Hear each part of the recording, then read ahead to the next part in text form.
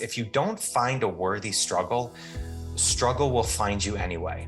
People will do anything, no matter how absurd, to avoid facing their own soul. Geniuses are seldom credited for their stupidity. Welcome to the Strength Connection podcast, a show to share stories, insights, and experiences in strength, physically, mentally, and spiritually. I'm Michael Kurkowski, host of the Strength Connection, and I'm so grateful that you can join me today.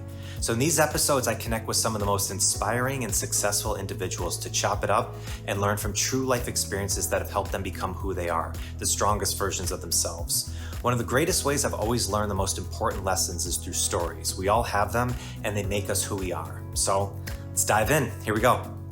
What's up, guys? Welcome to the Strength Connection podcast. Thank you for joining me. I am your host, Michael Kurkowski, and as you and me today, this is a solo episode.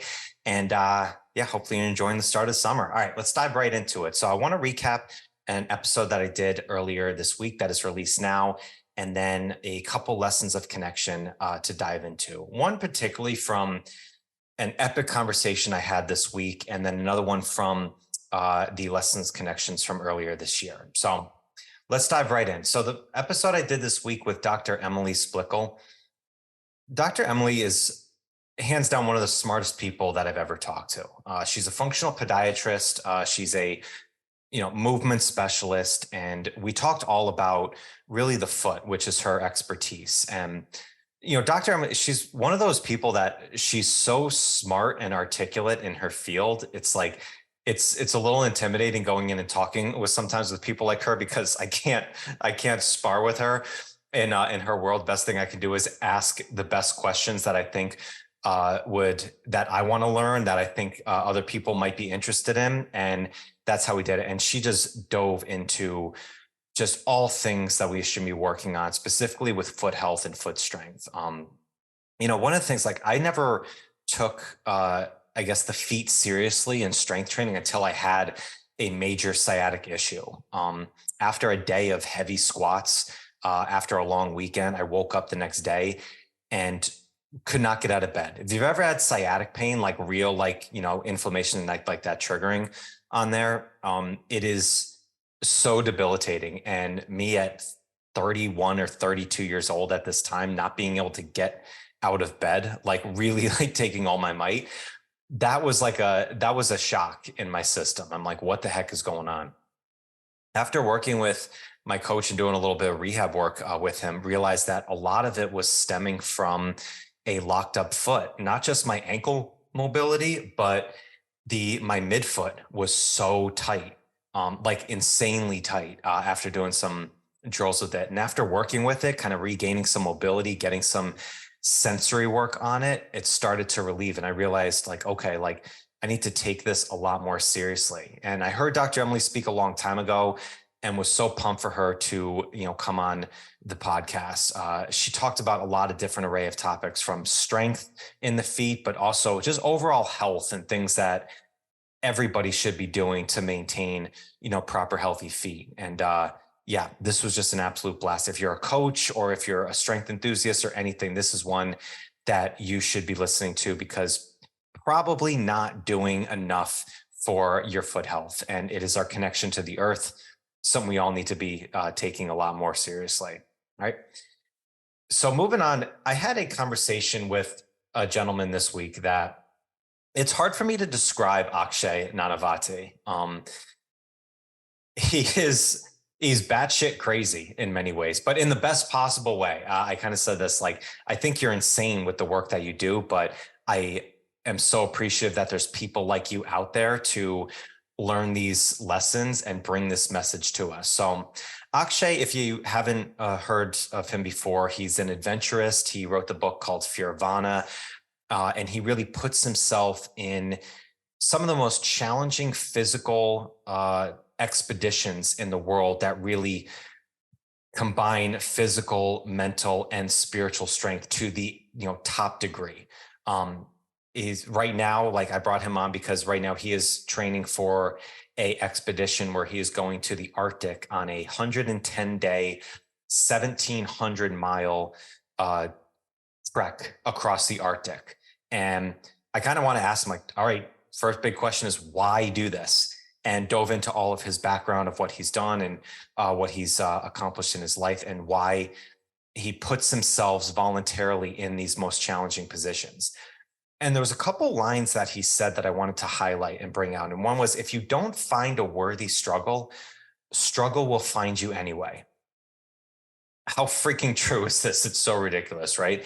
And what came out to my mind is not just a worthy struggle, but voluntarily putting yourself in a challenging position in order to find out what you're truly made of. Because if you don't, the struggle will find you anyway. And that usually comes from anxiety, depression, illness, sickness, regret. Oftentimes all those things, it's from inaction rather than actually taking action.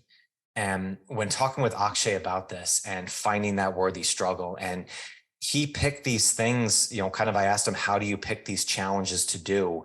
And he said, at first it's kind of random. It seems like, wow, that might be something that's really scary.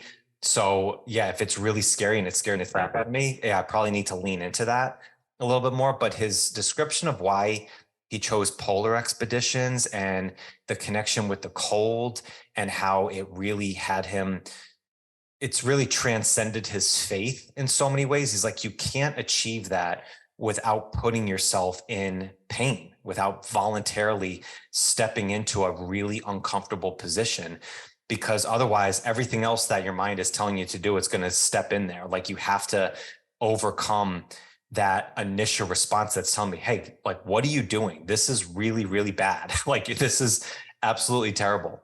It's like, and getting through that, that's when you really transcend and you find out what you're truly made of. And I thought that was so huge. The other thing that he said was during his training for this expedition, he's done a few different trips to Norway, to the Arctic. It's been really challenging. He lost a couple of his tips of his fingers to frostbite.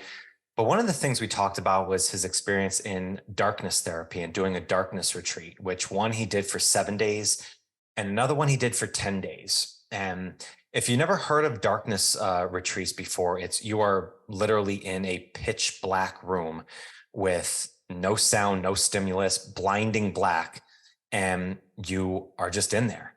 And what happens when you deprive yourself of that senses is so many other things start opening up. And he said, he's like, your soul starts to open up to you. And that gives me chills, like thinking about it. It's actually something I've personally been thinking about doing myself as an experience. And he brought up the quote, which it was kind of crazy that he brought up this quote because I just read it like a week before, but it's from Carl Jung, where he said, people will do anything, no matter how absurd, to avoid facing their own soul.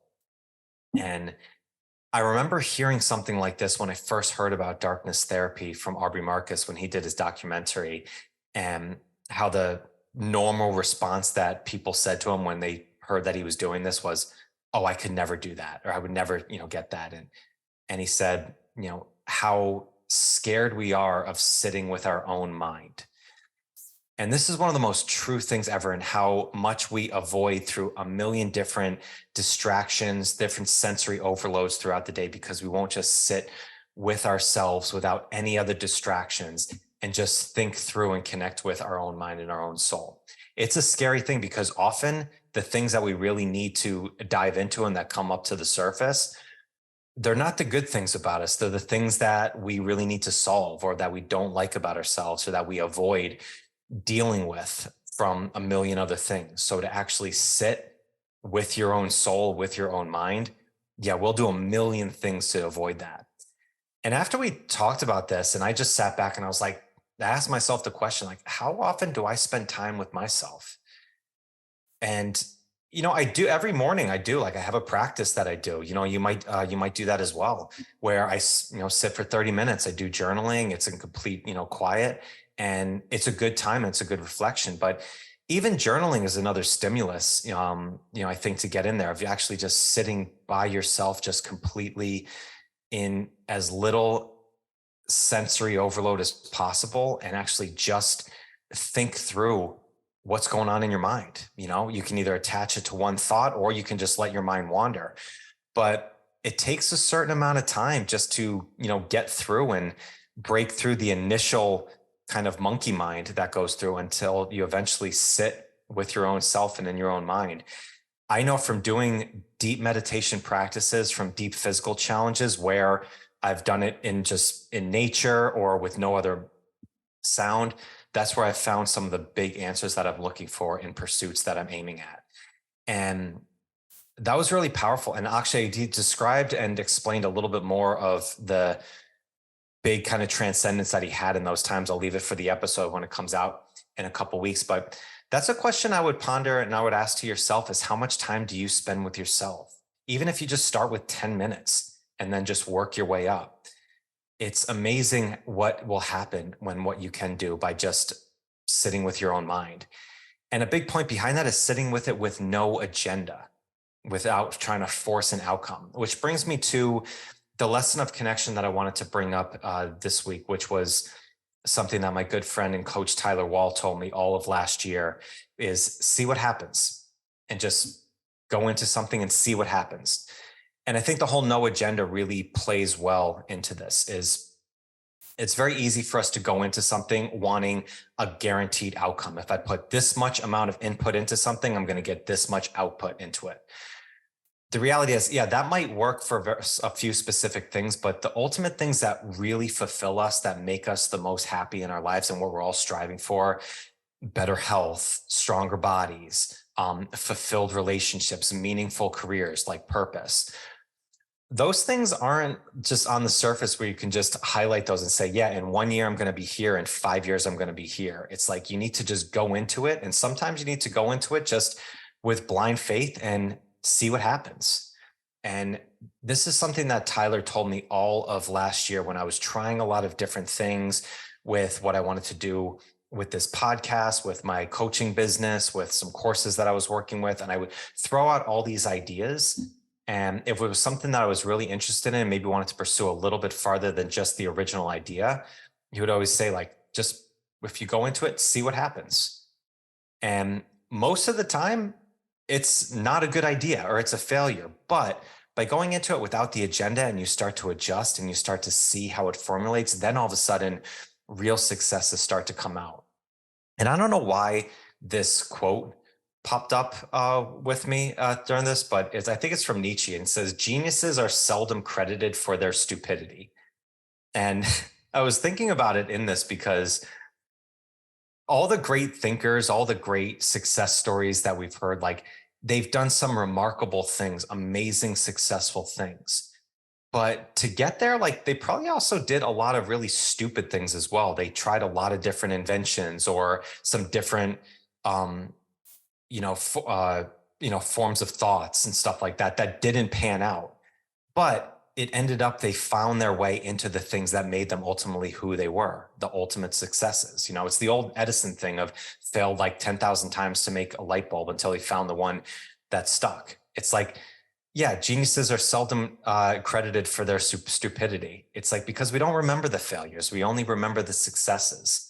And I think that's the important thing of getting over the fear of failure, is just going into it and just seeing what happens. Go in with no agenda. So kind of going back to spending time with yourself. If you're building a practice of this, just start with 10 minutes, build it up to 20, maybe build it up to 30 with no agenda. Don't try and force an outcome of what you're trying to get or getting an answer that you really want answered. It's just go in and see what happens. Might work out really well, might not give you anything, but just go and try it again.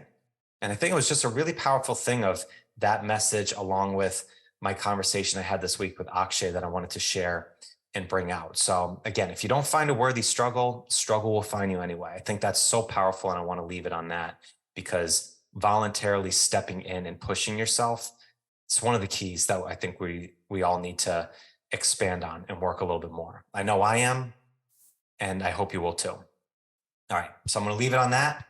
Thank you so much, guys. Thank you so much for your support. Thank you for listening, and I'll be catching you on the next one. All right. Peace. Thank you so much for joining me today. I hope you found some great value here. And if you like this episode, please drop a comment and leave us a 5-star rating and review. It does more to build the show than you can imagine. And do not forget to check out and join the Strength Connection Facebook group. In this group, I share the biggest takeaways and lessons from these amazing conversations, as well as training and strength tips for pursuing mastery and fulfillment in life. This group is filled with individuals looking to take full control over their strength, and it's the perfect space to explore new ideas and to share your journey. And you'll also get exclusive access to these Strength Connection Mastery Seminars. It's a deep dive into the physical, mental, and spiritual training that you can begin using immediately. So do not wait, go now. Seriously, go. All right, much love to you. Thank you so much, and I'll catch you on the next one.